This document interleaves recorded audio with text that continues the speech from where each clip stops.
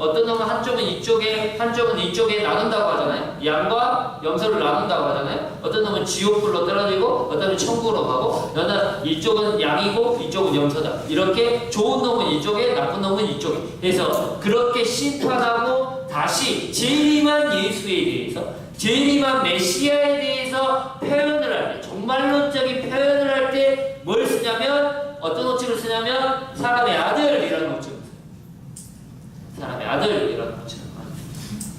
그러면 현재적인 이야기를 할 때는 뭐 어떤 말을 써요? 그리스도라는 말을 써요. 메시아, 그냥 메시아라는 얘기 있어요.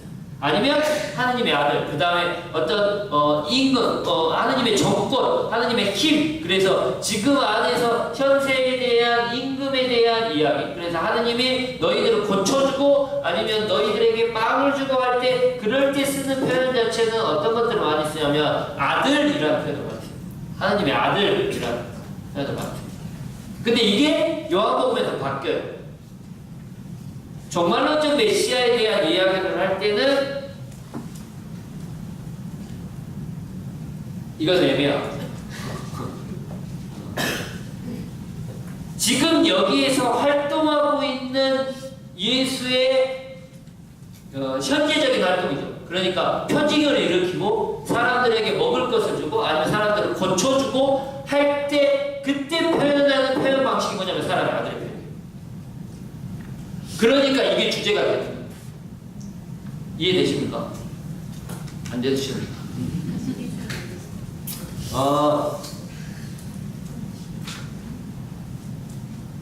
여러분 오늘 미사 보셨습니까? 오늘 미사에 보면 호칭에 대한 극명한 차이가 나타나요.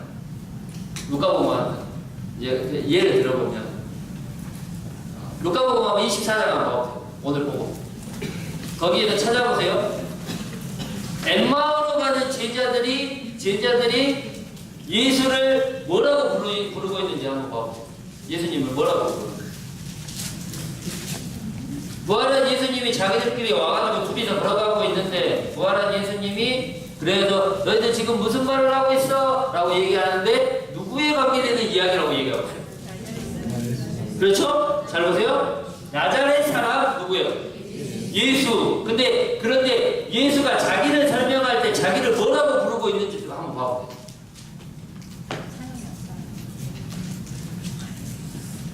사람이 안 돼요. 그렇죠. 그리스도라고 해요. 그리스도라고. 똑같은 사람인데 호칭 자체가 달라요. 그러면 그 이유는 뭐냐면 이 사람은 나를 어떻게 받아들이고 있는지에 대해서 얘기하고 있는 거예요. 이해 안 되시구나.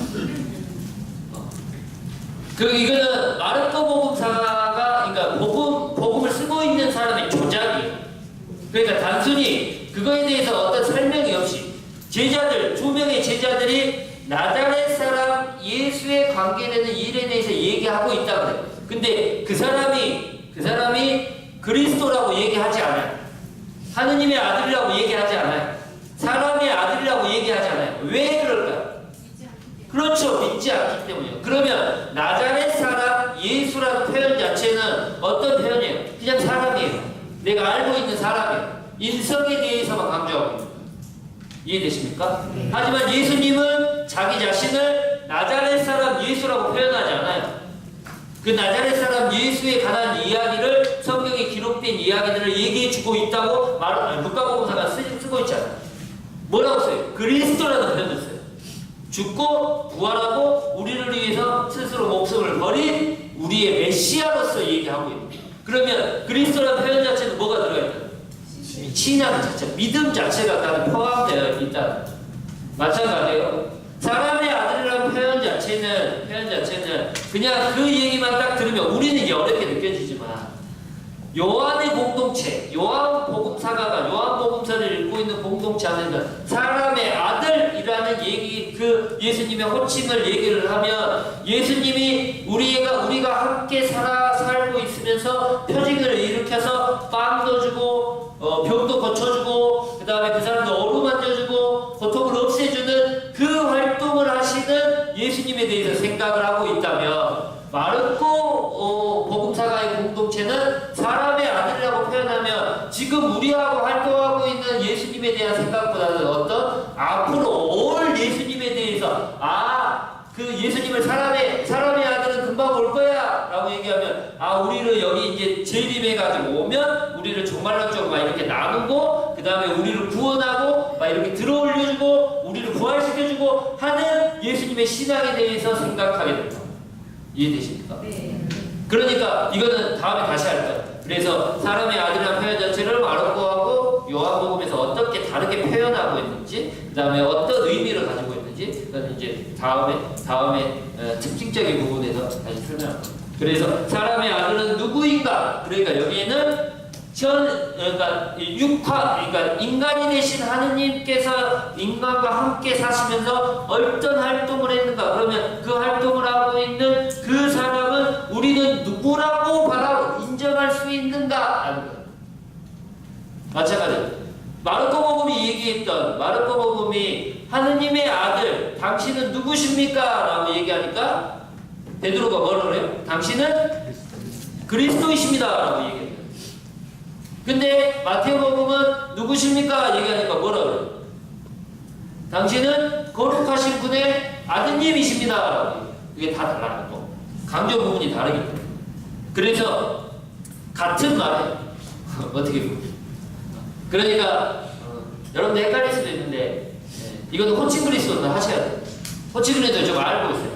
그러니까 마르코복음에서 말하고 있는 그리스도라는 개념하고 요한복음에서 가지고 있는 사람의 아들이라는 개념하고 비슷한 얘기예요. 글자는 다르지만 개념 자체는. 왜냐하면 현세 안에서 우리들의 아픔들을 달래주고 없애줄 어떤 구원자로서의 역할, 지금 여기에서의 역할을 강조할 때 사람의 아들이라는 표현을 쓴다는 거죠. 나중에 다시 할 겁니다. 뭐 그 정도만 알면 돼요. 나중에 다시 자세하게 할 거예요. 네. 그 다음에 공동체 뒤쪽에 있는 주제 13년부터 발씻김 예식을 하고 최후의 만찬을 하신 다음에 붙잡은 고별담화를 하시고 길게 사람들의 고별담화하시고 자신의 유언에 대해서 얘기하시고 그 다음에 그들 위해서 기도하신 다음에 붙잡히셔서 돌아가시고 묻히시고 그 다음에 십자가에 높이 달리시고 부활하신 그 말 안에서에 대한 주제는 뭘까요? 아까 말했죠. 주제가 뭐라고? 죽음을 통해 어떻게 돼요? 제가 요한복음 안에서 그냥 죽음이라고 표현하면 안 된다 그랬어요. 그 말씀 드렸나요? 그 말씀 죽음이라고 하면 그냥 죽는 거잖아요. 근데 요한복음은 죽음 자체를 그냥 땅바닥에 이렇게 해가지고 콕 이제 칼로 딱 부셔보니까 그냥 이렇게 꼬꾸라져서 죽어버렸다가 아니에요. 그렇죠. 십자가에 달려서 죽었다. 그러면 그거를 고유한 용어로 뭘 쓴다고 해요? 그렇죠.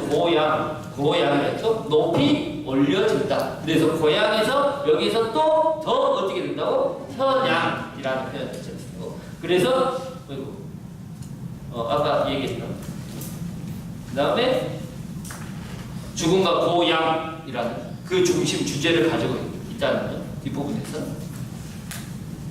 그 다음에 아까 대상 자체가 누구냐? 공적 활동 안에서는 유다인들, 군중, 그 다음에 모든 사람들을 대상으로 해서 하고 있다면 공동체의 내적 활동에서는 13장 1절라고 할까요? 누군가 봐.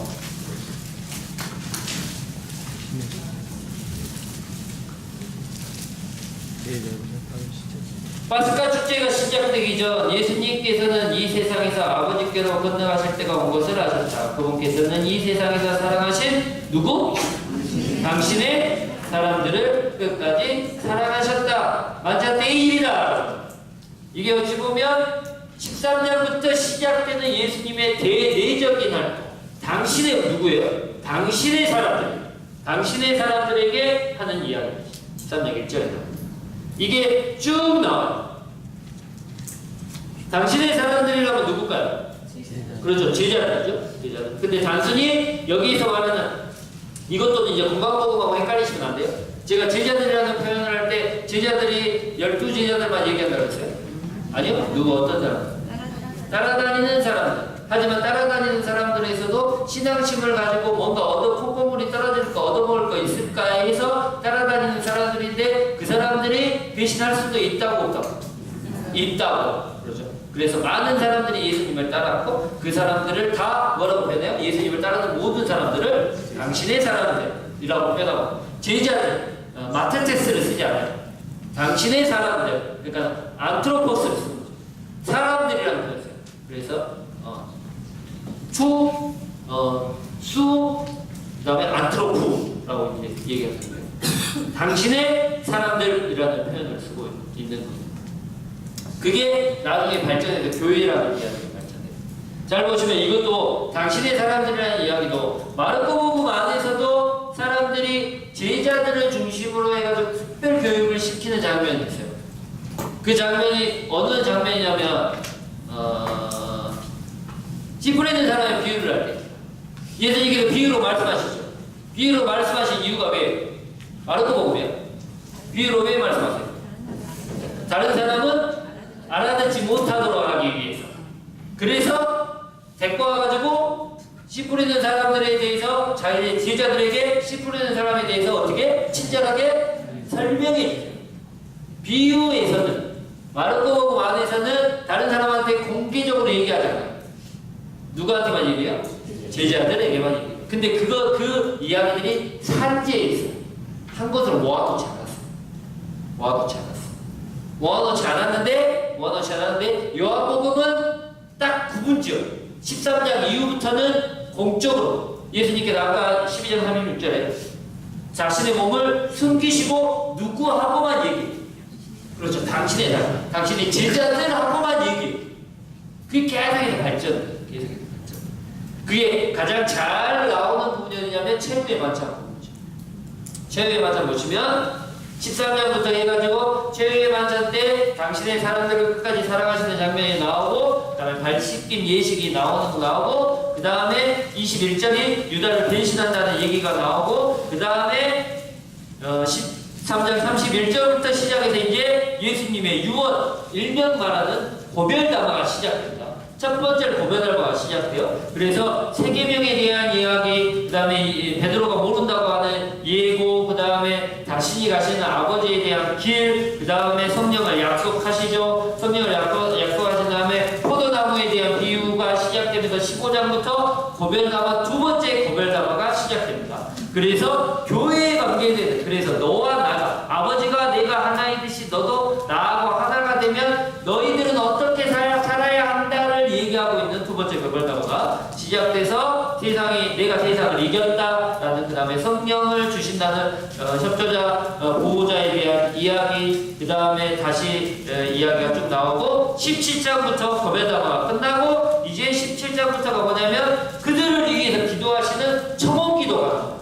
그래서 자기 자신을 위해서 기도하시죠. 6절에서 제자들을 위해서 기도하시죠. 그 제자들이 그 다음에 20절에는 당신을 믿는 사람들에 대해서 기도하시면서 끝나고 이때까지가 그러니까 13장부터 시작해가지고 어디까지가 최후의 만찬 이야기. 그렇죠. 17장까지 아주 길게. 그래서 발씻김 예식, 그 다음에 배식에 대한 예고, 그 다음에 고별담화 첫 번째, 15장부터 고별담화 두 번째, 그 다음에 17장부터 예수님의 청혼기도가 나오게 되고 그러면서 최후의 만찬이 끝나게 돼요. 이게 다 누구한테만 얘기하는 거예요? 제자들에게만 얘기하고 있는 거예요. 제자들에게만. 그 다음에 이제 18장부터는 이제 잡히시고 나서 이제 공적으로 얘기하는 거는 아무것도 없어요. 빌라도하고 신분 받으면서 공적으로 얘기하는 게 아니라 누구하고만 얘기해요? 누구하고만? 빌라도하고만 얘기해요. 근데 빌라도하고 얘기하는데 질문하는 것 자체가 빌라도가 교리교사 하시는 분? 안 하십니까? 여기는 빌라도가 나쁜 놈이에요, 좋은 놈이에요? 나쁜 놈이에요? 비열한 놈? 그러면 나쁜 놈이네. 제가 이거 설명 안 들었나요? 왔다 갔다 했던 거? 했죠? 그럼 내가 좋다고 얘기했건데. 그 말은 안 했어요. 우리하고 똑같은 놈이에요. 그러니까 비열하지도 않지도 않고 거저기 떠주기. 왜냐하면 여기서 제가 그때 설명드렸잖아요. 자기가 있었던 총독 간저와 그 다음에 어디 누구냐 유다인들이 지도자들이 있는 그 바깥. 그래서 왔다 갔다 한다 그랬죠. 자기가 7번 왔다 갔다 하고 그 다음에 예수님은 왔다 갔다 3번. 그 왔다 갔다 하는 것이 뭐냐면 아내들하고 예수님하고 있는 그 대화의 장면에서 예수님을 계속 들으면서 계속 예수님의 말씀을 들으면서 어떻게 해요? 자기 마음이 동요하죠. 하지만 그 동요하는 면들을 세상에서 나가가지고 얘기해도 어떻게 돼요? 안 돼요. 그러니까 어떻게 돼? 포기하는 거예요. 그래서 어떻게? 적응하는 거죠. 나쁜 놈이에요. 그렇죠. 왜냐하면 우리가 다 나쁜 놈이에요.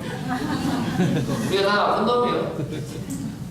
중요한 건 그래도 그 사람은 예수님에 대해서 동의와 아무튼 의구심을 들으며 살았다. 계속 왔다 갔다 하면서. 그래서 이게 뭐냐면 이분법적 구도예요. 그러니까 아까 15장에 나왔던 아니 16장에 나왔던 것처럼 세상과 교회에 대한 뭐예요? 구분이에요. 내가 어떻게 세상을 이겼다. 뭘 통해서? 그렇죠. 죽음을 통해서. 그게 이제 뒤쪽에서 이제 다 연결되는 부분이죠. 그런 것처럼 됩니다. 그래서 개별적인 사형선고를 받으시고 쭉 들어갑니다. 그래서 들어서 쭉 가면 주가 첫날이 나오겠습니다. 그래서 당신의 사람들에 대한 이야기. 시간적 구도래.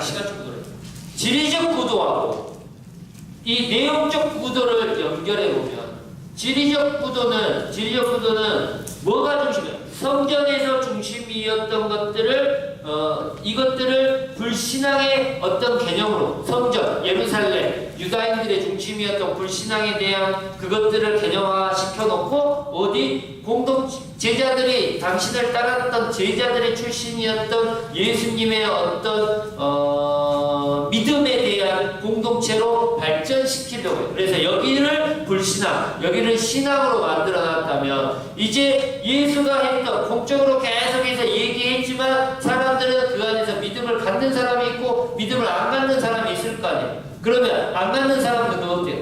그냥 냅두고 어떻게? 믿음을 가진 사람들을 어떻게 한다는 게 따로 데리고 와가지고 어디? 한 곳에 모아서 예수님의 말씀을 가르친다는 거예요.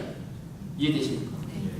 그래서 복음사 안에서도 공적으로 얘기하고 있는 것은 예수님이 공적으로 드러냄을 얘기하고 있는 표징을 통해서. 그래서 그 안에서 뭘 가지라는 거예요? 그렇죠. 신앙을 가지라는 거예요. 그래서 신앙에 가져서 어디로 들어오라는 거예요? 그렇죠. 공동체 안으로. 그걸 우리가 일명 뭐라고 해요? 교회 안으로 들어오라는 거예요. 그거를 지리적 구도에 잡아놨어요. 왜? 양리학이기 때문에 제가 그랬다고 그랬잖아요. 양리학. 유대교와 아예 분리되는 그 역사적 사건 때문에 계속해서 같이 섞여 살다가 같이 유대인들하고 섞여 살다가 회대에서 같이 하다가 양리학 회의를 통해서 완전히 분리됐죠. 분리되니까 우리끼리 와야 되는데 어중이 떠중이 여기에서 있는 놈들도 있고 아니면 그 계속해서 나는 신앙을 가지고 있는데 이쪽으로 나가는 놈도 있으니까 요한복음사는 어떻게 하고 싶어요? 이놈들을 지금 내가 있는 공동체로 이렇게 데리고 오고 싶은 거예요. 데리고 오고 싶은 그 구도상의 자기의 의도를 어디에 만들어 놓은 거예요? 복음사 안에 그대로 적용해 놓은 거예요. 누구의 이야기? 예수님의 이야기. 이해되십니까? 그래서 보시면 신학적 이유는 유대사에서 예수님을 거부하는 이유에 대해서 정당성을 부여해요. 아까 지리적 구도에서 왜 예수님을 죽였냐? 예수님을 죽이는 원인이 누구냐? 라고 하면 제일 나쁜 놈이 누구냐? 라는 거예요. 제일 나쁜 놈이 누구예요? 예수님의 죽음에 제일 큰 책임을 가지고 있는 사람들이 누구예요? 아니에요. 요한복음사. 요한복음은 누구예요? 다 유다인이에요. 유다인은 다 나쁜 놈이에요. 제가 말했잖아요.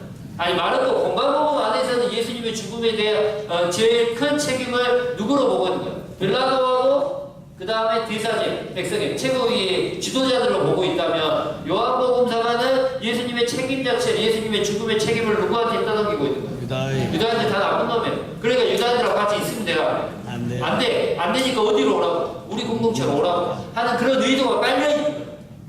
그 다음에 공동체에서 그런 유다인들과 어떻게 해야 된다. 저런 나쁜 놈들하고 어떻게 해야 돼? 맞서 싸워야 돼. 그들과는 절대 섞이면 안 된다라는 것들을 얘기하고 다시 말하면 이게 말하면 예수의 시대에서 교회의 시대로 이양하기 위한 준비 자체를 복음사 안에서 가지고 있는 겁니다.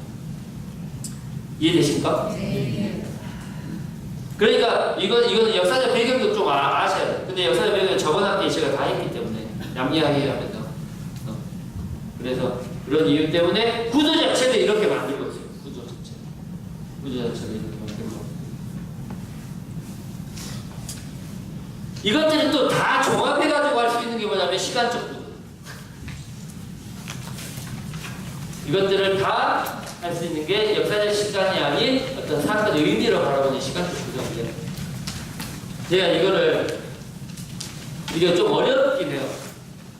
시간적 구조 하면 일단 이걸 설명하기 위해서는 일단 성경 안에 나와 있는 시간에 대한 개념 자체를 잡으셔야 돼요. 시간에 대한 개념 자체. 시간이라고 하면 여러분들이 시간이라고 하면 뭐가 딱 떠오르세요? 3시. 시간. 그래. 뭐 하지? 누가 그러더라고요. 내 질문이 어렵다고. 질문이 어려워서 대답을 못하겠다. 몰라서 대답을 못하는 게 아니라 내 질문이 어려워서 내 질문이 이해가 안 가는 거야. 그래서 대답을 못하겠다. 내가 이제 질문하지 말고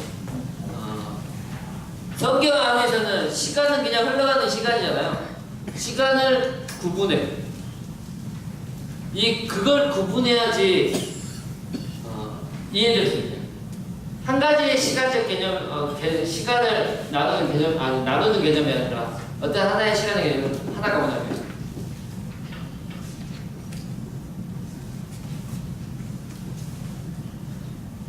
크로노스라는 개념입니다. 시간이라고 번역할 수 있는데 크로노스라는 한 가지의 개념이 있고요. 두 번째는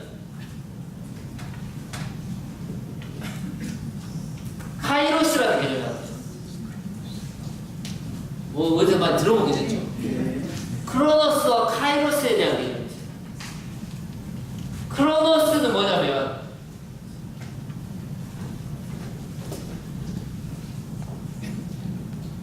역사적 시간입니다. 우리가 일명 생각하는 시간에 대한 개념이죠. 과거가 있으면 어떻게? 현재가 있고 현재가 있으면 미래가 있죠. 어제가 있으면 오늘이 있고 오늘이 있으면 내일이 있어요. 근데 이것들은 어떻게 붙잡을 수 있어요? 없어요? 없어요. 나는 과거에 없었어. 근데 현재에는 있죠? 근데 미래에는 있을까요? 없을까요? 없어. 미래에는 어디 우리가 끝까지 있을 수는 없어. 그러니까 어떤 시간이야? 한정된 시간.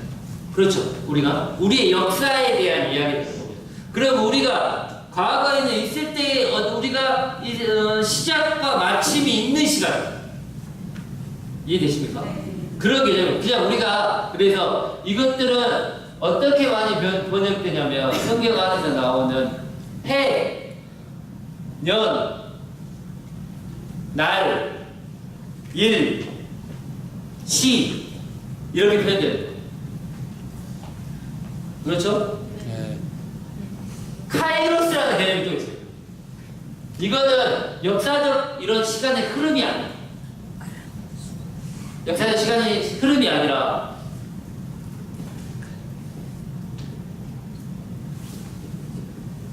결정적 순간. 그러니까 어떤 한 순간.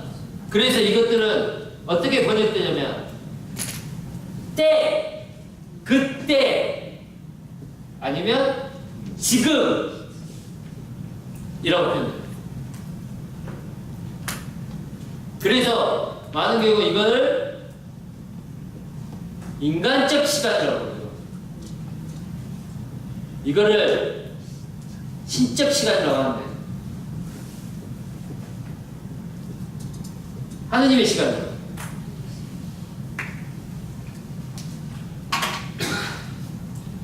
일단 다 설명드리고 제가 예를 드릴게요. 이것 두 개가 플러스 되는 순간이 있어요.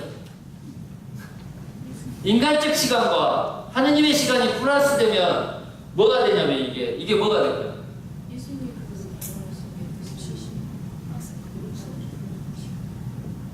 영혼성을 가진. 뭔 말인지 하나 모르겠죠? 영혼은 뭐예요? 시작과 마침이 없는 거죠. 시작과 마침이 없고 그냥 쭉 있는 거예요. 과거도 있고 현재도 있고 미래도 있는 거예요.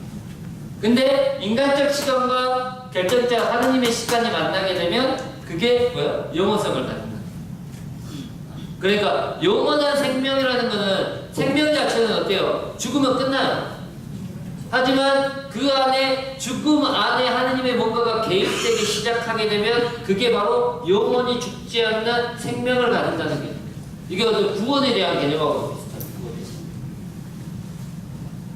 구원에 대한 거죠. 이제부터 이것들을 이제 설명해 보면 결정적인 시간이라는 게 있어요. 하느님을 만나는 시간 아니면 하느님에 대한 어떤 체험들이 있는 시간들이 있다는 거예요. 제가 이제 많은 경우 그런 얘기를 했는데요. 우리의 역사는 이스라엘 역사는 제가 한번 그런 얘기를 이스라엘 역사는 어디에서부터 시작했을까요? 이스라엘 역사. 이스라엘 역사. 그러면 제가 삼지선다라고 드릴게요. 이스라엘 역사. 이스라엘은 언제부터? 첫 번째 창조부터 시작합니다. 두 번째 아브라함부터 시작합니다. 세 번째 탈출부터 시작합니다. 창조.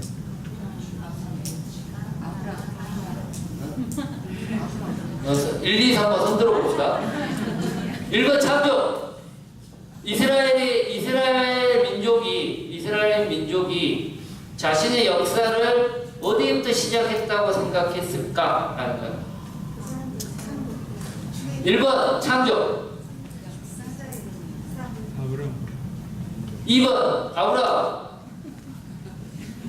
3번 탈출. 탈출이 가장 정돼요. 인간적 시간과 결정적 시간이 달라요. 인간적 시간에 대한 시작점을 그들은 어디로? 인간적 시간은 아브라함부터 보겠죠. 아브라함. 왜 자기 조상의 시작이니까. 시작과 마침이 있으니까. 그러면 그거보다 더 나가는 사람들은 아담부터 보겠죠. 그렇죠. 인류가 창조 시작할 때부터. 우리도 마찬가지예요. 우리의 민족 자체가 언제부터 시작돼요? 봐봐, 다 당군이라고 얘기해. 당군이라고. 하지만 하느님의 개입을 해서 하느님의 결정적 하느님의 시간이 시작한 점은 어디일까요? 창세기 아니 탈출기. 왜냐 그러면 탈출기를 통해서 탈출기 안에서 하느님을 체험하게 된 거예요. 하느님을 체험하게 되니까 이 탈출에 대한 하느님을 체험하는 것들이 단순히 그때부터 있었던 게 아니다. 그 전부터 준비되어 있었다. 그게 누구 때부터? 생각해보니까 우리 조상 처음 할 때부터 아니다. 생각해보니까 조상 때부터가 아니라 인류가 창조하기 전부터 우리는 선택된 민족으로 우리는 찍어져 있었다. 그래서 탈출을 위해서 미리 준비해 놓으셨다라는 개념입니다. 그래서 그들이 하느님의 개입 자체가 결정적인 순간은 어디부터 시작해요? 탈출부터 시작해요. 그 탈출부터 시작되는데 하느님의 개입이 탈출로서 그 순간은 그때예요. 그 순간에 내가 하느님에 대한 결정적인 때가 시작되고 내가 그 때를 받아들였다면 내가 파라오에 있는 사람들은 파라오의 말을 따르지 않고 하느님의 말을 따라서 문설주에다가 피 바르고 집 싸가지고 공방 나갈 것처럼 해서 하니까 그 선택을 하니까 어떻게 해요? 내가 도망쳐 나왔죠. 그렇게 도망쳐 나와가지고 돌아보니까 과거에 있었던 모든 일들이 어떻게 됐다는 거예요. 그 전에는 하느님의 개입이 있기 전까지는 그냥 내가 살아왔던 거예요. 하지만 하느님의 개입이 있는 그 탈출의 때를 경험하고 나서 보니까 그 전에 있었던 일들도 다 어떤 순간이었다는 거예요. 하느님이 다 개입하고 있었던 이 카이로스의 때라는 거예요. 이해되십니까? 네. 그러면 내가 느끼지 못, 내가 그 개입을 통해 가지고 과거를 다시 되돌아와. 내가 그 하느님과의 만남에 대한 개입을 통해서 과거에 되돌아보면 그 과거의 어느 순간가 그냥 흘러온 게 아니라 다 누구와 함께 했던 때, 그렇죠. 하느님의 개입이 있었던 때, 그것들을 내가 알게 된다면 지금 현재에서도 하느님의 개입이 있는 때라고 느낄까요? 안 느낄까요? 느끼겠죠. 그러면 앞으로는 어떻게 될까요? 앞으로도 계속 된다는 개념이에요. 그 결정적인 순간 자체가. 그러면 그거는 내가 죽음으로 생명이 끝나도